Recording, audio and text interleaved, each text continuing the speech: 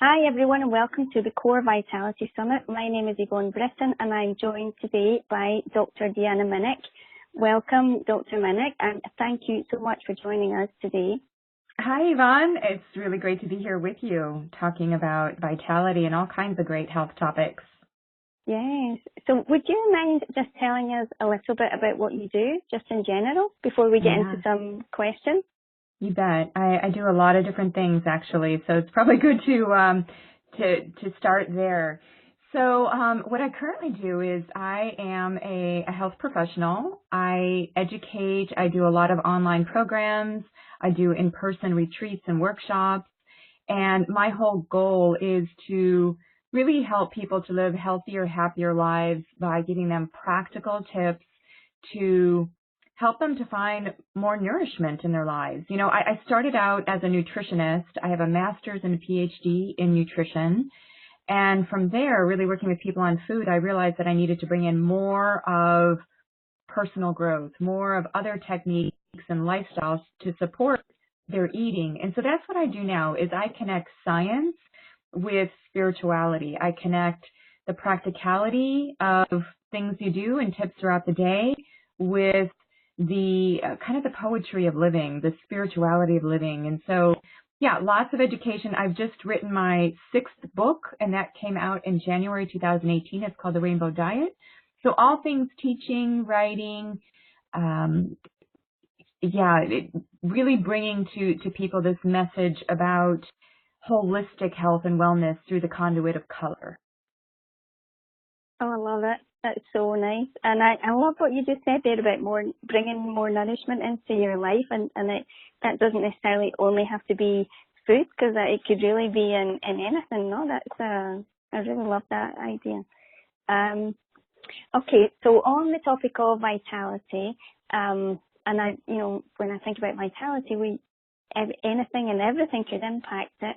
When you are looking at someone that's really suffering from a major lack of vitality, what would be the kind of main areas you would focus on? Well, first of all, it's just, I would look at it based on physical symptoms, emotions, mental patterns, and their sense of spirituality. So in other words, do they feel a sense of purpose and meaning in life? And if you look at vitality and what it means, to me, it means where somebody has that sense of life force running through them. They feel really optimal. It's more than just being healthy. It's really feeling optimized, really feeling juicy, connected to life and living. Like everything is something worthwhile, and there's meaning in everything that we're doing, even if it's a small task or a large task. And so that's how I see vitality. And so when vitality is absent, oftentimes physically it can look like we're always tired. We can never get enough sleep in order to feel like we have been regenerated. We may be eating foods that are higher in sugar because we feel so depleted and fatigued, and so we want something to pick us up. And one of the fastest ways to do that is to eat something with sugar or even to have something with caffeine. So people can moderate, and they do modulate their mood and their sense of low vitality by trying to get it from external substances. And, oftentimes there are other health complaints that are starting to emerge. So for some people, they start seeing issues with their skin. Maybe their skin starts breaking out, or they're getting these weird rashes, or maybe their gut starts to act up and they're getting bloated after they eat, or they're just noticing that they can't eat all the same foods that they used to, or even their brain. Maybe their brain, they feel more brain fog, more inability to focus and concentrate. And so I do think that when vitality is absent, our body lets us know. And then in terms of our emotions, many times we may feel more, I would say, emotionally inflamed. We may feel a sense of social isolation. One of the key factors of longevity, this is not vitality, but it's longevity, and the two are connected, is social integration, being connected to a community, even if it means going up to your grocery store and having a conversation with the cashier. We need to get that in a variety of ways. And then mentally, what are we thinking all the time? You know, it's been estimated that we have thousands of thoughts in a day, and most of those thoughts aren't necessarily positive. They're more negative. They're recycled thoughts. And so to me, vitality is in our bodies, it's the presence of pain or inflammation or things that make us feel not energized. Emotionally, it's things that kind of weigh us down and we keep replaying in our mind through these negative thought patterns. And spiritually, a lack of vitality to me feels like somebody is depressed. Somebody is not feeling a sense of meaning and purpose, and they don't feel the magic, the spice of life through every interaction upon waking. So that, you know, it's interesting that you asked me that, because oftentimes we're so busy focused on disease, we don't focus on vitality. We don't look at what is optimal. So I like that you're reframing and going about health from a completely different lens. Yeah, and I can resonate with most of what you said there. You know, the bit about, you know, going to the sugar, you know, especially if you don't sleep well, you do end up looking for something quick and fast to give you energy that doesn't last for very long, but it's very true that we end up going there. And I did have a funny, I noticed that when I changed my diet, and within weeks actually, I was lucky enough to notice a change in energy and a change in many things. I must say, it's, you know, my thing was chronic migraines, but it wasn't just that. The things I didn't realize. But when the energy came back, I somehow, you know, the brain fog was going. I felt somehow more calm, but I also felt a bit more intuitive, like more, I don't know if the right word is spiritual, but my whole energy was flowing in a different way. And I'm not going to say it was easy for me to get to that point, and that's kind of like my next question. But it's how do you, where do you start if you, because I think nowadays most of us do have some kind of emotional issues. We might not be feeling that spark in life. Like we might have something that's manifesting itself physically. And I know everybody's really different. And my own place was just to really insist on the diet side until I saw some physical improvement, and that really gave me the motivation to carry on. What kind of things do you think, like those practical tips, or someone just kind of like the turning point for someone who's really, suffering that lack of energy? What have you seen from your experience that works with people?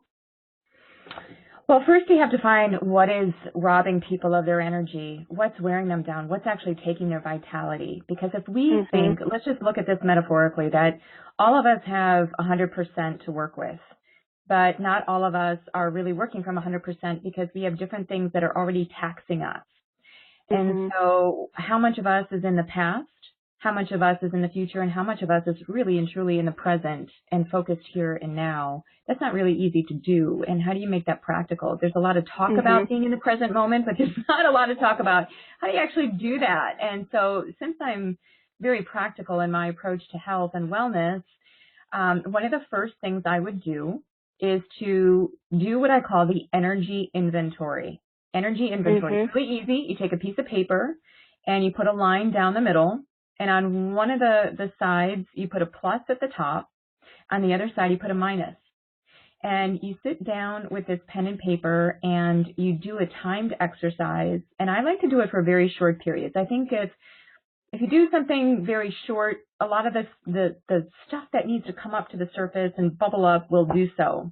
And so for 5 minutes, and you can set a timer on your smartphone or just any way that you would set a timer, even a manual timer. And for 5 minutes to sit there and to write down all the things that give you energy on the plus side, that give you energy. So what does that mean? That means that after you do them, or while you're doing these things, that you get an experience of energy. Like you can walk away and say, oh, that felt so good. Like, for example, maybe for some people, it's going for a hike. That gives them energy. Maybe for some people, it's being around certain friends, and they write that down. That gives them energy. Maybe it's listening to certain kinds of music. Maybe it's getting 8 hours of sleep every night.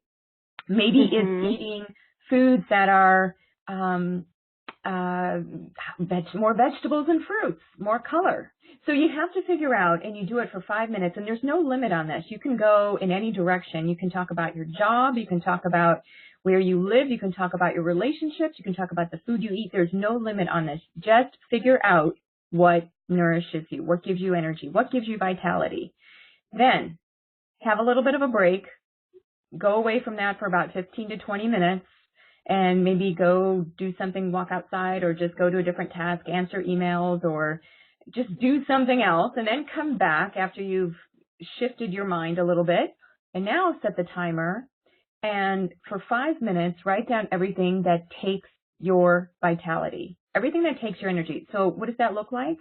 So after you're done doing it, you feel depleted. You feel so drained. You know, if you could go and take a nap, you would do it. You know, it just feels taxing. It feels, right? We all know that feeling. Like, I know what does it for me. If I'm in a long business meeting, oh my gosh, I come out of it and I'm like, oh, I'm so exhausted. That just like totally drained me. Or if I'm at a party where I don't know a lot of people and I'm not really into being there, maybe there are certain people that I don't resonate with and they take my energy, I would write that down. Certain situations, or getting too little. For me personally, it's getting too little sleep. Like if I were to ever sleep just even 7 hours, oftentimes I feel like that takes my energy. It's like the whole next day I have to recoup my energy. I am really tuned into sleep. Sleep for me is like my regenerative medicine. So that's what you got to do. You got to know what you're working with, because if you don't have awareness, you don't know how to get your vitality back. You need to know what is giving you it and taking it away. So you look at that list. Okay. And then from there, like, you would see if it's certain situations or relationships or, Well, the next step would be, now you look at the list and you see number one, you ask a couple of questions. Number one, which side is longer? Okay, and that should give you a general rough qualitative gauge on, is my life is it very taxing or is it very nourishing? So let's just say you've got like 10 things that are nourishing that you listed, but then when you did your depleting side, you had 15 things, or maybe you had 20 things. And so look at the balance. What's out of balance, right? Now, if you had 10 and 10, that's getting you closer to where you want to be. What you actually want to do is net out where you have more nourishing and less depleting. So first, step back and look at it. That's number one. Number two, then make a judgment call for yourself and say, okay, I've got more depleting than nourishing. So what I want to do, you can do one of two things, or you can do both. You can, number one, you can say, okay, I want to increase the number of nourishing things in my life. So let me do more of those things.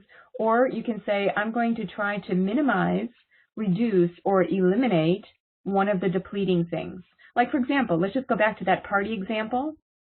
Like next time that kind of party would come up, or a business meeting would come up, I can make sure that I have activities that are nourishing to be on either end of that, so that I'm taken care of. Like there are certain things we just can't avoid, but they're depleting. Like maybe we've got kids, and that's pretty energy draining. We love the kids, but gosh, that was exactly what I had in my mind. I was like, that would be on both sides. That would be on the plus and the minus. Like exactly. So then that's a perfect opportunity to harness both together.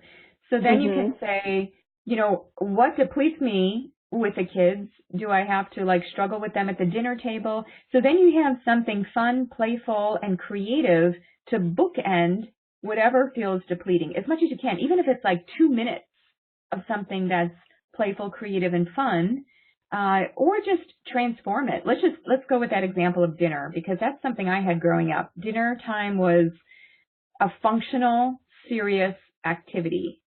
It was not pleasant, and there was a lot of, it was strict. You sit down, you eat everything on your plate. There's no laughing at the dinner table. Now my parents and I laugh about it, but at the time when you're growing up, there are all these rules.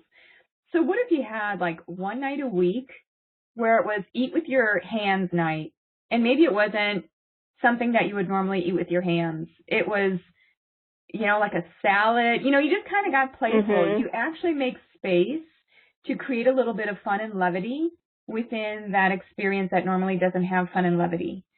So that's what I'm saying. It's just to try things out to see how the brain changes and how the interactions change. It's kind of like back to that quote, which if you always do what you've always done, you're always going to get what you've always gotten. Exactly.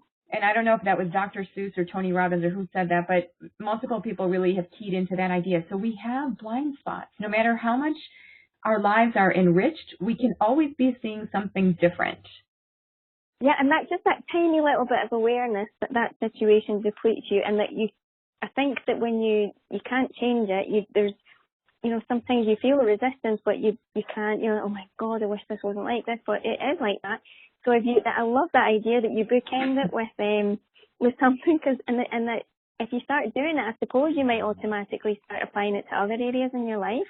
Just like looking for something that you can do the same. I love that concept, because I think a lot of the time what goes through your brain is like, oh my God, we have to do this again. Yeah, you start small. You really don't have to do something magnificent and huge. You take it really small. You take these small steps. You check it out. How do you feel? Your emotions will tell you. Our emotions are great messengers for things like this. So figure out how it feels to do certain things. And if it doesn't feel completely right, and it's like, oh, this is inauthentic, it doesn't feel like me, and I don't want to do this, try something else. Absolutely. Oh, I love that. I really do. So when we're talking about food, what kind of diet changes do you recommend, just in general, because I know everyone's different, and what I'm really eager to hear about is the thing about the colour of food and how that impacts us.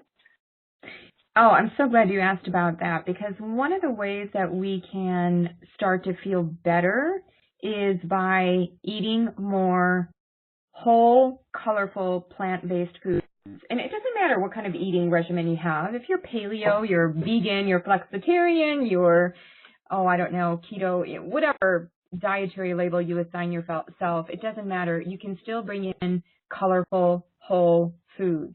And so when I'm talking about colorful whole foods, I'm talking about not dyes and candy and cakes and candies of various types that are brightly colored. I'm talking about plant-based foods that are enriched with the pigments of nature.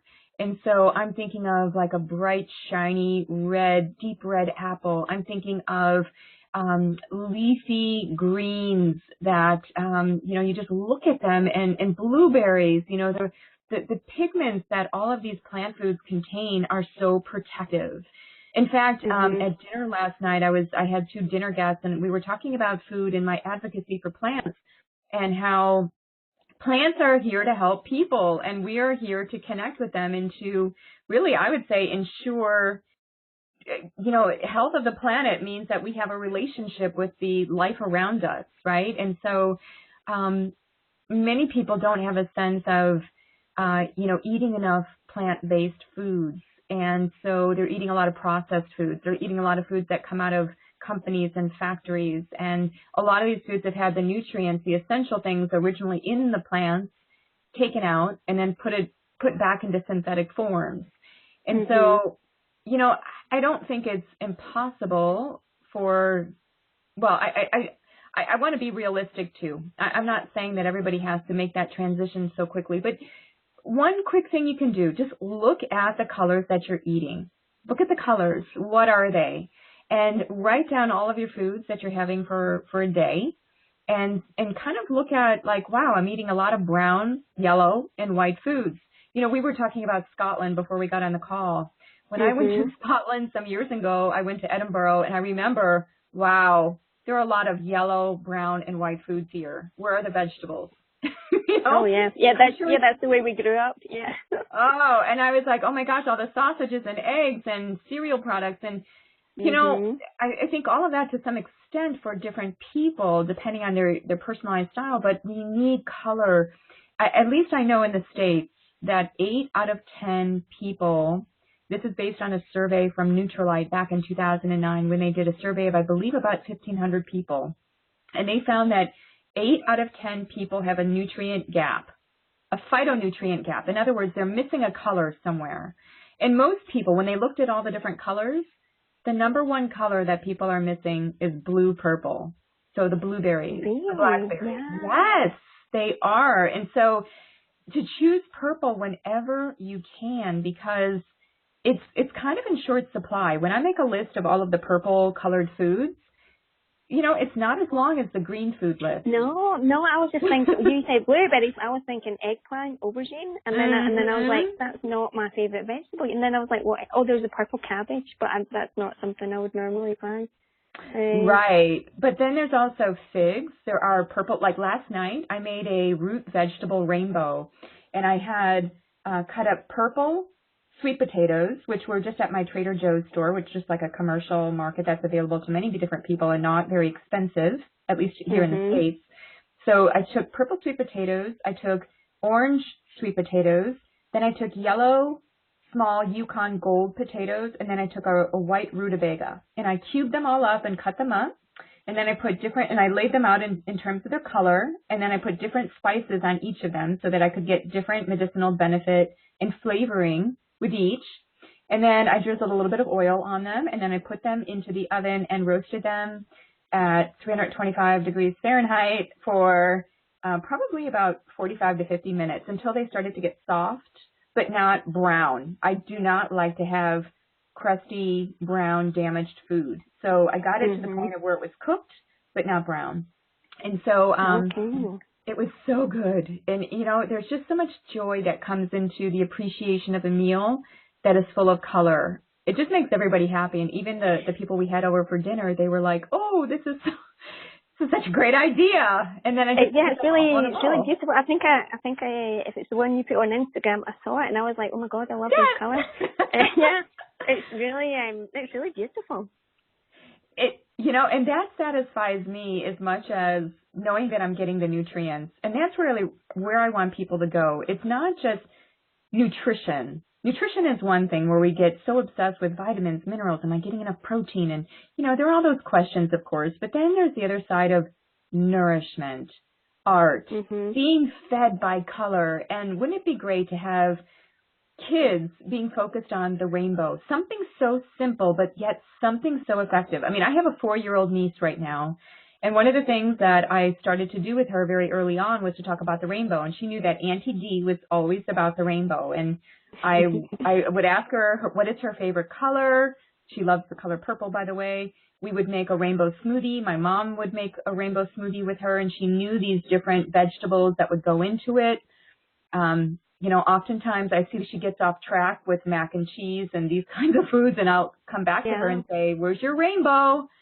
You know, and so I think it's just awareness. We can make it very fun.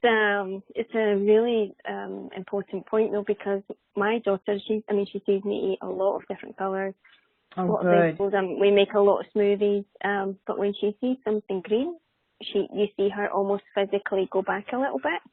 And like tonight, she's like, it's kind of like recent as well, and I'm hoping she'll grow out of it. But just tonight we made together a pea soup, and it's really simple. It's actually really, really nice. You put some onion and leek, and then I even bought just frozen peas from the organic store. But it's very simple. And when we finished, we opened the machine I used to make it, and she was like, "Oh my God, look at the color! It was so vibrant." She was like, and then she forgot it was, you know, green. But you know, she'll eat a little bit of spinach and things. But there's so many young kids that see something green and they're like, like, you know, where's the yellow stuff? Yeah. So I work a lot on that. But I must say we do have because we eat a lot of blueberries. We probably have the purple. You got that covered. Purple. Yeah, oh, good. I still need to be working on the green. Well, and don't forget to get variety too. You know, blueberries alone are good. However, it's really nice to have other purple compounds from different foods. Not all purple compounds are the same in all foods, right? We get different phytonutrients. So if I have a purple sweet potato, I'm getting different things than from a blueberry. I didn't know they were purple sweet potatoes. That was like an eye-opener for me. I was like, what? I thought they were only orange. I only ever see orange ones. Yeah, well, you know what? I don't always find the purple ones. Sometimes they are in season, and then I buy them at that time. So you just have to find when it's the optimal time to get them.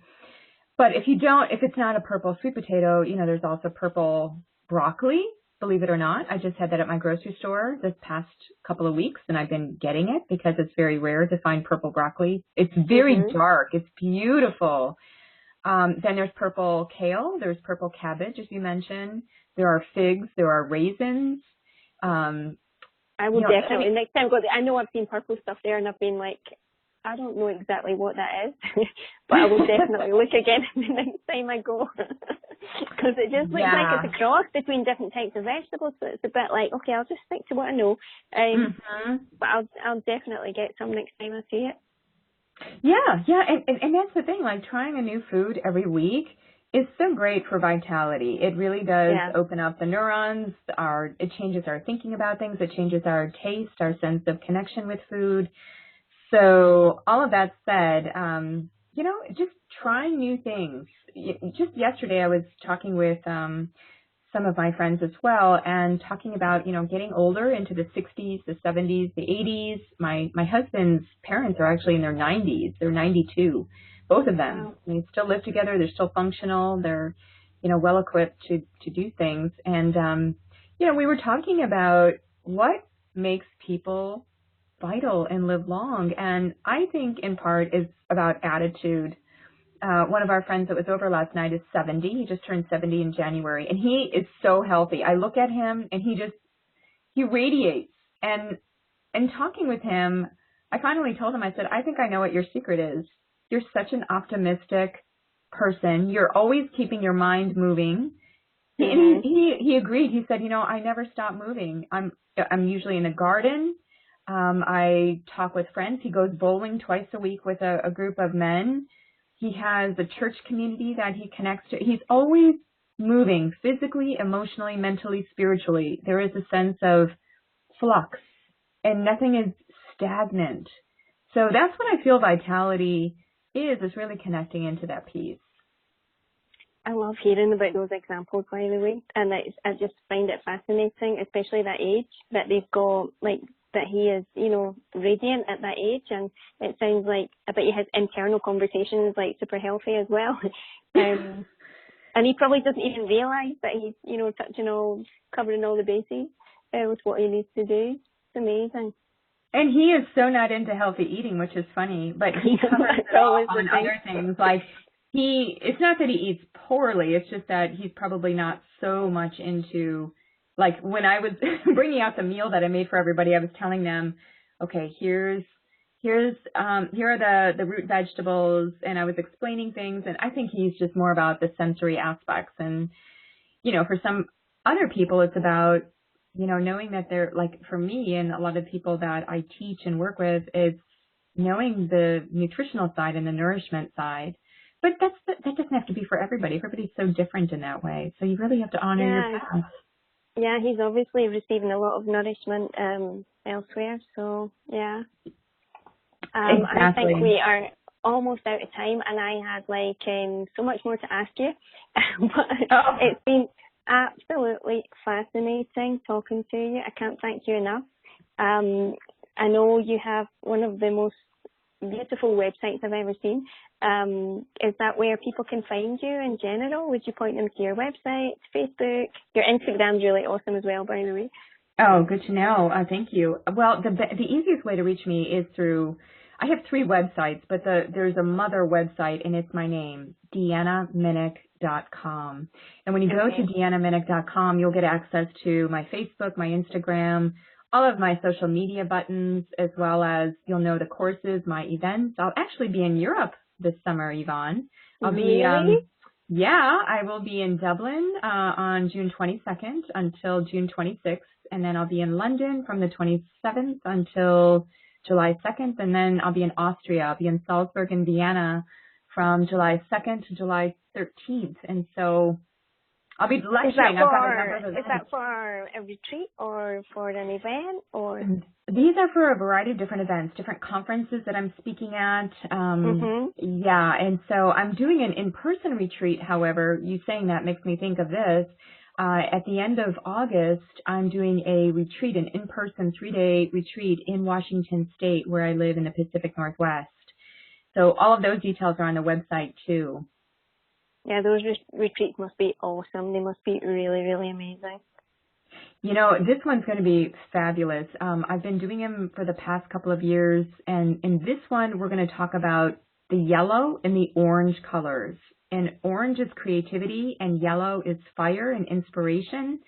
So we're going to really have a beautiful fusion of how people can become de-stressed by being more creative and playful and being more receptive. And so I already have a whole thing lined up of things we're going to do and things we're not going to do. We're going to have time for reflection too. I think that that's important at a retreat. It's really just to have some space and some downtime.